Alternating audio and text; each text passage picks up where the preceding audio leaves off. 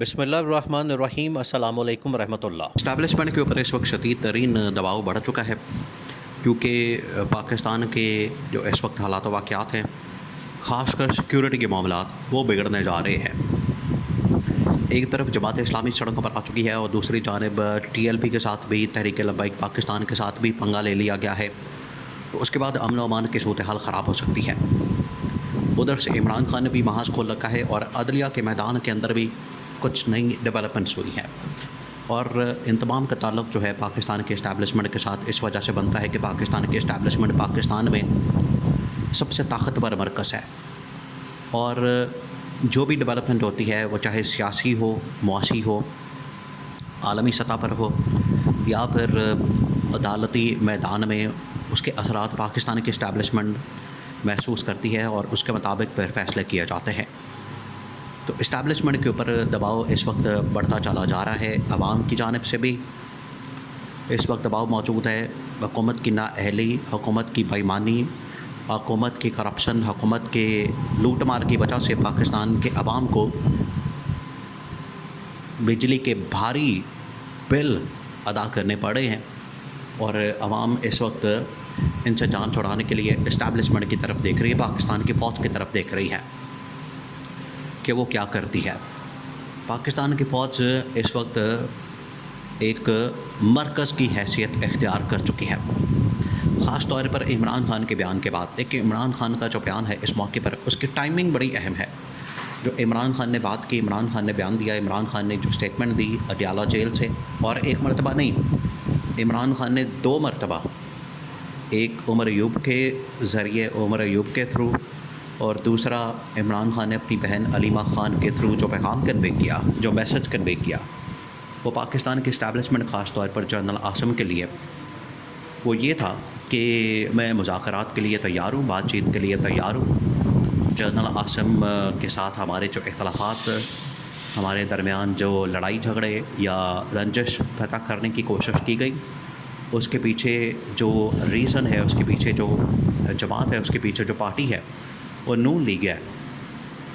تو اسٹیبلشمنٹ کو اس بات کی سمجھ آ گئی ہے کہ نون لیگ کس طریقے سے ہمیں برگلا رہی ہے، نون لیگ کس طریقے سے اس پوری سچویشن سے فائدہ حاصل کر رہی ہے، نون لیگ کس طریقے سے پاکستان کی سیاسی جماعتوں کے درمیان، اہم ترین شخصیات کے درمیان اختلافات پیدا کر کے اپنا مقصد، اپنا فائدہ نکالنا چاہتے ہیں، اپنا مقصد حاصل کرنا چاہتے ہیں۔ تو ان کو سمجھ آ گئی ہے کہ کس طریقے سے یہ نون لیگ کی جانب سے واردات ڈالی جا رہی ہے۔ تو اسٹیبلشمنٹ کو تمام چیزوں کی ایک ایک کر کے سمجھ آ رہی ہے۔ دیکھیں، یہ جو سنڈے والے دن، چھٹی والے دن، جب سیاسی معاملات ٹھنڈے پڑ چکے ہوتے ہیں، سیاست بھی اتنی گرم نہیں ہوتی، ٹھنڈی ہوتی ہے، لوگ اپنا ویکینڈ مناتے ہیں، چھٹی مناتے ہیں، سنڈے والے دن جو فائنانس منسٹر ہے محمد اورنگزیب، ان کو میدان میں اتارا گیا۔ اب فائنانس منسٹر اسٹیبلشمنٹ کا آدمی ہے، اور اتارنے کا مقصد یہ تھا کہ شہباز شریف حکومت کے خلاف عدم اعتماد کیا گیا، عدم اعتماد کیا جا سکے، اس کے اوپر عدم اعتماد پھر کیا گیا، اور فائنانس منسٹر نے بتا دیا کہ شہباز حکومت مکمل طور پر ناکام ہو چکی ہے، تمام محاذوں کے اوپر، عالمی سطح کے اوپر انویسٹمنٹ لانے میں، لون لانے میں، قرضہ لانے میں، ٹریڈ کرنے میں، ڈیل کرنے میں، ایگریمنٹس کرنے میں، تمام محاذوں کے اوپر ناکام ہو چکی ہے، اور اس ناکامی کی وجہ سے، اس فیلئر کی وجہ سے اب مزید پاکستان اس طرح سے نہیں چل سکتا۔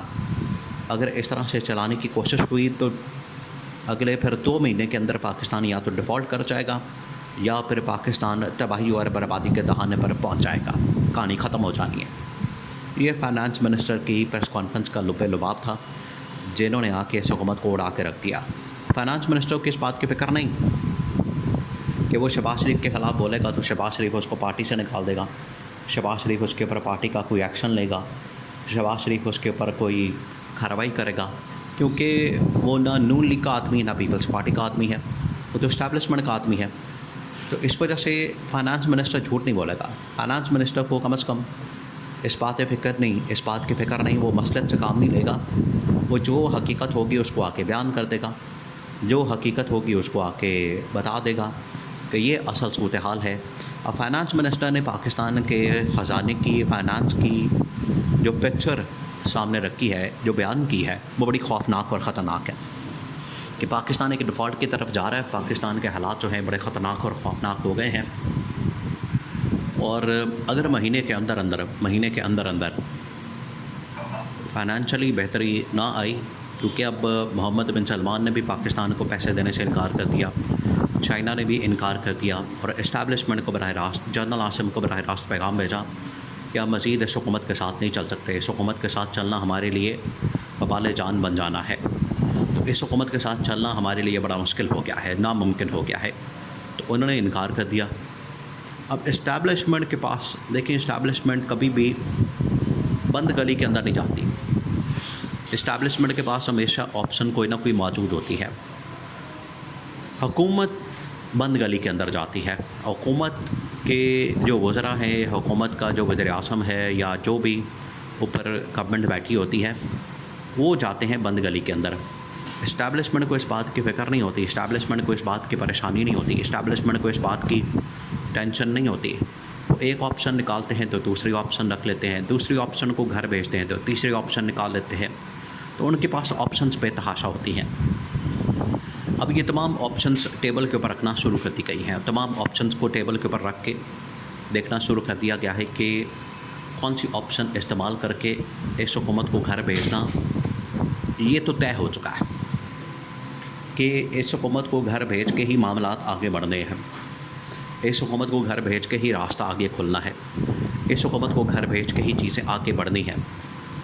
اس حکومت کی موجودگی میں تو کم از کم کچھ نہیں ہو سکتا.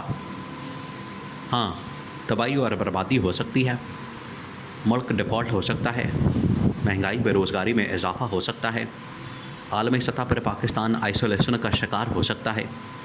لیکن اس حکومت کے ہوتے ہوئے اگر آپ ترقی اور خوشحالی کا, پاکستان میں ترقی کا, انویسٹمنٹ کا خواب دیکھ رہے ہیں تو وہ صرف خواب رہے گا, وہ حقیقت نہیں بن سکتے.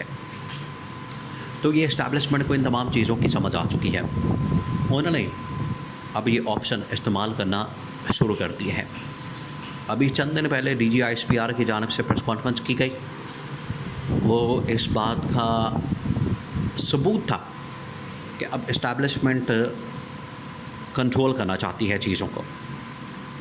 پھر آرمی چیف کی جانب سے اہم ترین ملاقاتیں اور اہم ترین میٹنگز, بڑی خفیہ ملاقاتیں, اور اس کے بعد جو ٹاپ ملٹری کمانڈ ہے ان کے مشورے کے ساتھ کہ کس طرح سے اس حکومت سے جان چھڑانی ہے, فیصلہ کر لیا گیا ہے.